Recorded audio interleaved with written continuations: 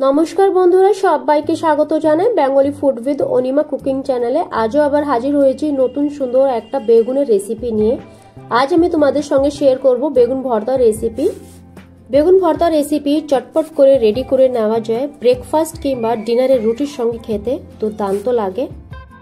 ভিডিওটা প্রথম থেকে শেষ পর্যন্ত দেখার অনুরোধ রইল। আর বন্ধুরা, ভিডিওটা যদি ভালো লাগে একটা কমেন্টের মাধ্যমে আমাকে অবশ্যই জানিও। আর দেরি না করে চলো ভিডিওটা দেখে নেওয়া যাক। আমি এখানে বড় সাইজের একটা বেগুন নিয়ে নিয়েছি। সরষের তেল বেগুনের গায়ে ভালো করে প্রথমে মেখে দেব। এবার বেগুনের গায়ে একটু চিড়ে দেব ছুরি দিয়ে। চারিদিকে আমি এরকম করে একটু চিড়ে দেব।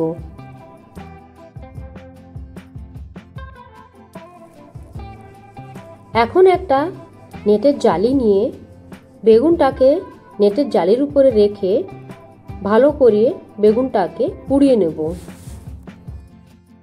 আর অবশ্যই গ্যাসের ফ্লেমটা মিডিয়াম টু লো রাখতে হবে।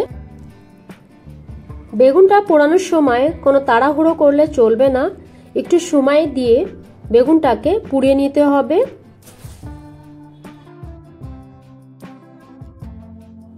বেগুনটা সুন্দরভাবে পোড়ানো হয়ে গেছে। এখন বেগুনটাকে রেখে দেব রেস্টের জন্য।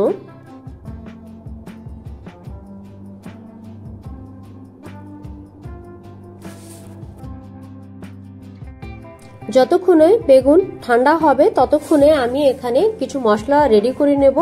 এখানে নিয়েছি পেঁয়াজ, টমেটো, আদা, রসুন। আর টমেটো কোয়ান্টিটিটা আমি একটু বেশি রেখেছি। এখন বেগুনের গার খোসাগুলো তুলে নেব। সুন্দরভাবে দেখুন গার খোসাটা উঠে যাচ্ছে। বেগুন পোড়ানোর সময় বেগুনের গায়ে যদি সরষের তেলটা মেখে দেওয়া যায় তাহলে সুন্দরভাবে বেগুনের খোসাটা উঠে যায়। দেখুন সুন্দরভাবে আমি এখানে বেগুনের গায়ের খোসাটা ছাড়িয়ে নিয়েছি। এখন পারফেক্টলি আমাদের বেগুন রেডি আছে বেগুন ভর্তার জন্য।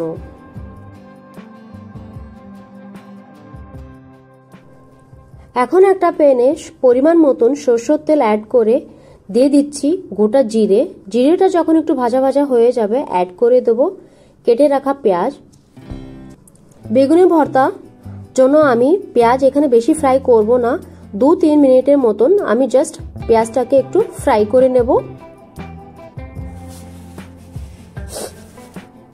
পেঁয়াজটা সুন্দরভাবে এখানে আমি 2-3 মিনিটের জন্য ভেজে নিয়েছি। এখন অ্যাড করে দিচ্ছি গ্রেট করে রাখা আদা আর রসুন।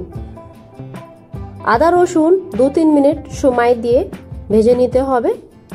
এখন অ্যাড করে দিচ্ছি আমি কেটে রাখা টমেটো আর পরিমাণ মতন হলুদ, জিরে পাউডার, ধনে পাউডার আর সামান্য পরিমাণে রেড চিলি পাউডার আর পরিমাণ মতন লবণ।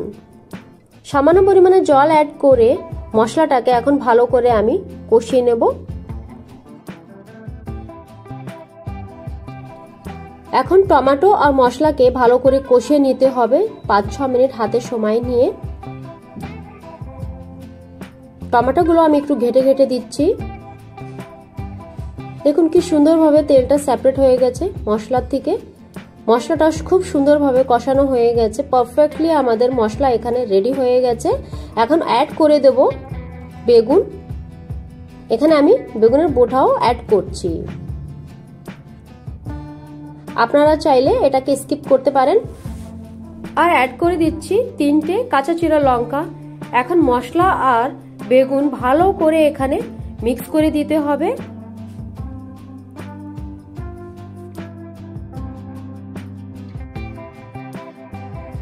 সুন্দর করে বেগুন আর মশলা এখানে আমি মিক্স করে নিয়েছি। আরো 10 মিনিট আমি গ্যাসের উপরে রেখে দেব বেগুন ভর্তা। দেখুন কি সুন্দরভাবে এখানে আমি মিক্স করে নিয়েছি, বুঝতেই পারছো। এখন অ্যাড করে দেব কুচানো ধনিয়া পাতা।